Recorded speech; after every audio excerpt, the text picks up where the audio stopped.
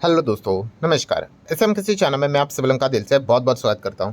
दोस्तों, आप सभी लोगों को पता है कल वापस बाजार स्टार्ट यहाँ पे हो ही जाएगा। एज यूजुअल सैटरडे संडे तो यहाँ पे छुट्टी ही रहती है। कौन से ऐसे शेयर्स रहेंगे जिनके ऊपर हम लोग फोकस यहाँ पे रख सकते हो स्टडी पर्पस के लिए, तो उनके बारे में हम लोग बातचीत यहाँ पे करने वाले। बिकॉज सैटरडे संडे की बात करें या फिर फ्राइडे की भी बात करें, मार्केट क्लोज हो जाने के बाद कुछ खबरें हम लोग को देखने को मिल जाती है। तो इन चीज़ों के चलते इन स्टॉक्स को आप लोग ज़रूर चाहो तो स्टडी यहाँ पे कर सकते हो। रिकमेंडेशन कोई नहीं रहेगा, आप सब लोगों को यहाँ पे पता ही है। तो सबसे पहले तो मार्केट के ऊपर फोकस रहेगा कि क्या कल बाजार 25,000 के लेवल को टच कर पाएगा एंड क्या उसके ऊपर क्लोज हो पाएगा, ये एक देखने वाली बात रहेगी। बिकॉज फ्राइडे के दिन पॉवेल जे की अगर हम लोग बात करें तो अच्छी खबर देखने को मिली थी, जिस चीज़ के चलते अमेरिकन बाजार में तेज़ी देखने को यहाँ पे मिली थी। तो उस चीज़ का एक एडवांटेज बुल के पास देखने को मिल रहा है।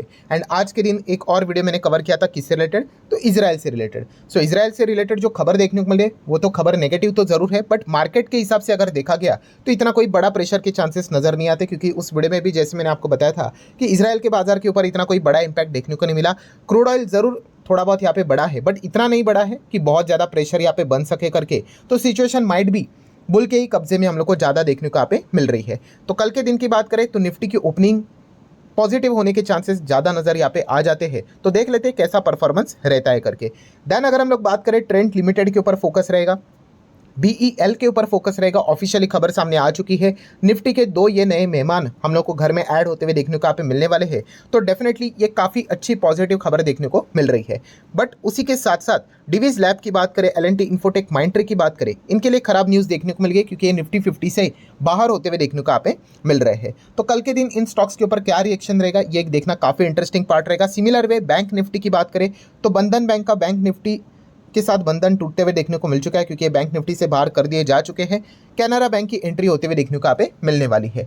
बेसिकली जिनकी एंट्री रहेगी उसमें आप जरूर फोकस रख सकते हो कि कैसा इंपैक्ट देखने को मिल रहा है करके। अगेन कह रहा हूँ दोस्तों, प्लीज़ शेयर बाजार को फॉर्मूला मत बना लेना। काफ़ी लोगों को ऐसा लगता है कि चलो अच्छी खबर यहाँ पे आ गई मतलब तो तेज़ी पक्की करके। अरे भाई, ऐसा बिल्कुल भी नहीं होता है। ये सारी चीज़ें लॉन्ग टर्म के हिसाब से विचार करने वाली होती है। इतना सिंपल अगर होता मार्केट तो हर कोई यहाँ पे इसी प्रकार से ट्रेड लेकर पैसा यहाँ पे कमा लेता। तो याद रखना, इन चीज़ों से सावधान रहना। यूजुअली बिगनर इस प्रकार से चीज़ों को यहाँ पे सोचते हैं, ठीक है। देन अगर हम लोग बात करेंगे HAL के ऊपर फोकस रहेगा, ठीक है। राजनाथ सिंह जी का अमेरिका दौरा तो जारी है, कभी भी कोई भी खबर अच्छी यहाँ पे आ सकती है। एक दो तो बीच में खबरें हम लोग को देखने को भी मिली थी। इन्फोसिस की बात करें, ये एक स्टॉक जरूर फोकस में रहेगा। कॉग्निजेंट से रिलेटेड हम लोग को एक इशू देखने को मिल रहा है। कॉग्निजेंट ने इन्फोसिस को यहाँ पे सू किया है, हम कह सकते हैं, मतलब केस किया है, आप ऐसा भी यहाँ पे कह सकते हैं। किस चीज़ के चलते? स्टीलिंग ट्रेड सीक्रेट्स, ठीक है। ये आरोप उन्होंने लगाया है। हालांकि उनकी अगर हम बात करें तो उन्होंने बाद में ये कह दिया है कि जो भी ये चीज़ें आरोप यहाँ पे लगाए, क्लेम किए, टोटली उन्होंने डिनाई यहाँ पे कर दिए हैं।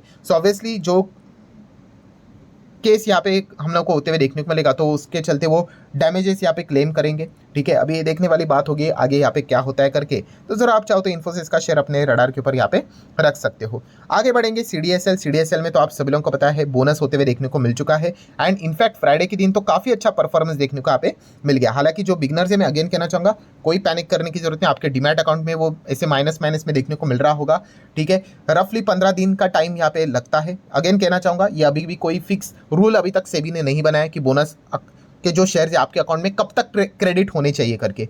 बेसिकली अगर किताबी भी अगर चीज़ों को मैं ध्यान में रख लूँ तो 60 दिन का टाइम होता है, ठीक है। बट यूजुअली देखा गया तो एवरेज 15 से 30 दिन तक ये चीज़ें अकाउंट में क्रेडिट यहाँ पे हो जाती है, ठीक है। तो ये पॉइंट आपको पता है यहाँ पे होना चाहिए। देन अगर हम लोग बात करेंगे Mazagon shipbuilders, Cochin shipyard, Garden Reach shipbuilders, इनके ऊपर भी फोकस रहेगा। ICICI सिक्योरिटीज़ ने जब से इनको यहाँ पे डाउनग्रेड करके रखा है, खास करके माज़गार्ड की अगर हम लोग बात करें, तब से हम लोग को एक अच्छा प्रेशर माज़गार्ड में हम लोग को देखने को यहाँ पे मिल चुका है। वैसे तो उन्होंने इसके ऊपर तो काफ़ी बार यहाँ पे नेगेटिव रिपोर्टिंग करके रखी थी, बट इस बार अगर देखा गया तो इम्पैक्ट हम लोग को देखने को यहाँ पे मिल रहा है। वैसे तो 3-4 बार अगर बोलोगे तो कभी ना कभी तो हो ही जाएगा। एनीवेज, NTPC की अगर हम लोग बात करेंगे, JSW एनर्जी की बात करेंगे, ये भी फोकस में रख सकते हो। इसके पीछे का रीज़न है JSW नियो एनर्जी, जो कि JSW एनर्जी की सब्सिडरी है। यहाँ पे उनको NTPC के ओर से यहाँ इनको प्रोजेक्ट मिलते हुए देखने को मिल चुका है 300 megawatt wind solar hybrid power से रिलेटेड। तो एक अच्छी खबर देखने को यहाँ पे मिल चुकी है। तो ये दोनों स्टॉक आप अपने रडार के ऊपर यहाँ पे सेट करके रख सकते हो। अदानी ग्रुप तो बाय डिफॉल्ट फोकस में रहता ही रहता है, ठीक है। देखा गया तो इनको फंड रेजिंग की जरूरत है, बट फिलहाल जो सिचुएशन देखने को मिल रही है फंड रेज करना इनके लिए मुश्किल हो सकता है। एंड जब भी फंड रेजिंग की खबर आ जाती है हिंडनबर्ग नॉक नॉक करके यहाँ पे सामने आ ही जाता है, क्योंकि जैसे मैंने आप लोगों को आसानी से बताया है कि अगर आपको किसी भी ग्रुप को अगर डुबाना है, किसी को भी अगर आपको तकलीफ पहुंचानी है, तो आप उनका फंड रेजिंग रोक दो। किसके यहाँ पे मैं बात करूँ, ऑब्वियसली जो कंपनी काफ़ी हेवी डेप्ट लेकर काम करते हैं उनके लिए, क्योंकि डिफॉल्ट अगर हो गया तो फिर मतलब बैंड बज गई, ठीक है। एंड यही चीज़ें देखने को मिल रहा है। एंड आप देख सकते हो कि इन चीज़ों को अवॉइड करने के लिए अदानी ग्रुप क्या कर रहा है, अपने असेट्स को मतलब स्टेक को सेल कर रहा है, प्रमोटर अपने स्टेक को यहाँ पे बेच रहा है करके। और खरीदने के लिए भी आपको पता है एक ही प्लेयर बार बार सामने आता रहता है, जीक्यूजी पार्टनर। एनीवेज, तो इस चीज़ के चलते अदानी के ऊपर आप फोकस रख सकते हो। रिलायंस इंडस्ट्री, जियो फाइनेंशियल सर्विसेज भी फोकस में रहेंगे। इसके पीछे का रीजन है इसी हफ्ते इनके एनुअल जनरल मीटिंग देखने को मिलने वाली है। रिलायंस इंडस्ट्री के एजीएम से एक्सपेक्टेशन है कि जियो का आईपीओ, रिटेल का आईपीओ, इससे रिलेटेड कोई ना कोई अनाउंसमेंट हो सकती है। ये एक अनुमान है, एक्सपेक्टेशन है, लेट्स सी क्या होता है करके। 29 तारीख को क्लियर हो जाएगा। प्लस न्यू एनर्जी वाला जो बिजनेस है उनका, उससे रिलेटेड क्या अनाउंसमेंट होता है, कैपेक्स से रिलेटेड क्या कोई इन्वेस्टमेंट से रिलेटेड अनाउंसमेंट होता है कि नहीं, हाइड्रोजन बिजनेस की बात करें तो ये सारे सवाल के जवाब देखने को मिल जाएंगे। स्टेक सेल से रिलेटेड भी, O2C बिजनेस से रिलेटेड क्या क्लैरिटी मिलती है कि नहीं, ये देखने वाली बात रहेगी।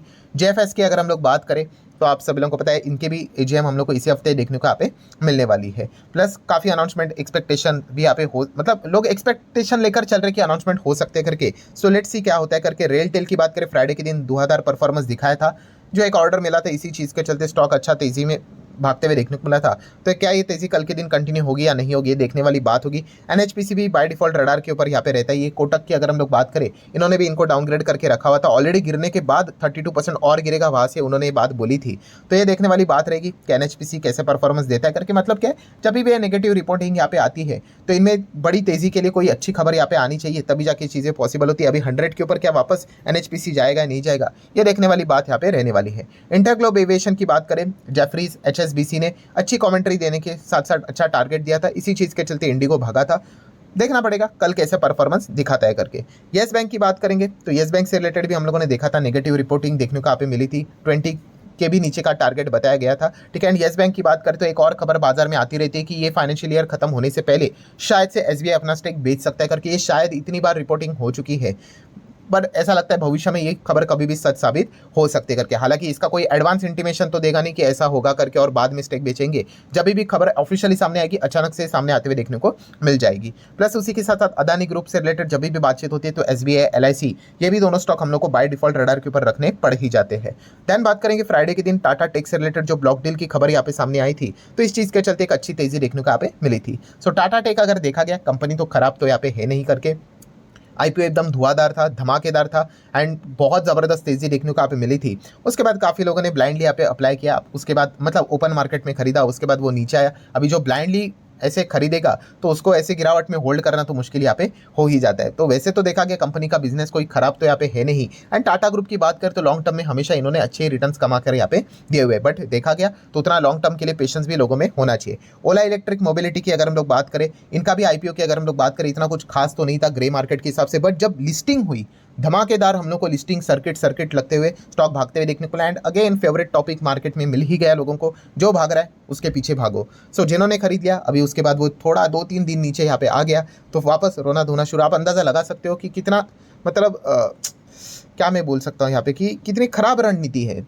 जो भाग रहा है उसको खरीद लेते, तो ऐसा करोगे तो शेयर बाजार में कैसे टिक पाओगे भाई। एक दिन में बिजनेस खराब हो गया तो ऐसा नहीं, जो भी करोगे बिजनेस को देखकर करिए, मतलब डिसीजन लो, फिर उसके बाद गलत भी गए तो भी चलेगा। कितना सिंपल है। क्या आपको लगता है 2 व्हीलर में ओला इलेक्ट्रिक ये भविष्य में बड़ा प्लेयर बन पाएगा या नहीं? दैट्स इट, इतना एनालाइज करना होता है। हम क्या कर देते हैं, 125 का 150 हो गया, अरे खरीदो खरीदो खरीदो, 150 नहीं 125 का 100 के नीचे चला गया, अरे बेचो खरा। ऐसा नहीं करना है। ऐसा अगर करोगे तो कैसे टिक पाओगे। मार्केट तो हर 5 से 10 साल में कभी बहुत बड़ी एग्जाम लेगा आपका, कैसे, कोविड जैसा क्रैश करवा के। तब क्या करोगे फिर, तब तो पूरा मार्केट नीचे आएगा। तो याद रखना इस प्रकार की जो चीज़ें हैं ये टेम्पररी बेस के हिसाब से आपको थोड़ा बहुत यहाँ पे हेल्प कर सकती है, लॉन्ग रेंज में आपको हेल्प नहीं कर पाएगी, ठीक है। लॉन्ग रेंज में हेल्प करने के लिए आपको बोरिंग प्रोसेस से गुजरना ही पड़ेगा, जहाँ पे आपको बिजनेस समझना ही पड़ेगा।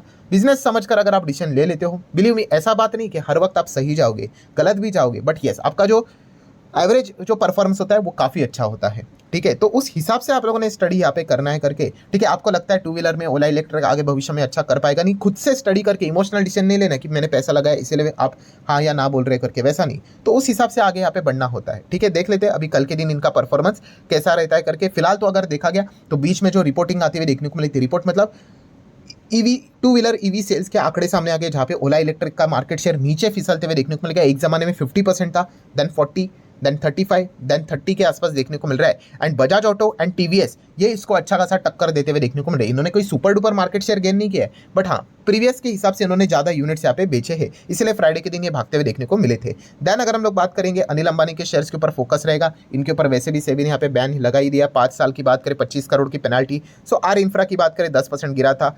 होम फाइनेंस की बात करें लोअर सर्किट, पावर की बात करें लोअर सर्किट। तो क्या ही फ्यूचर यहाँ पे रहेगा। आपको पता है यहाँ पे रिटेल इन्वेस्टर ही ज़्यादा फंसते हुए देखने को यहाँ पे मिल जाती है। ट्रेडिंग वाले स्टॉक है, सही टाइमिंग होगा तो बच गए, गलत टाइमिंग हो गया तो पूरी तरीके से फंस गए। सो ठीक है दोस्तों, आशा करता हूँ वीडियो हेल्पफुल लगा होगा, तो चाहो तो लाइक एंड शेयर कर सकते हो। मिलते हैं कल, तब तक के लिए बाय बाय।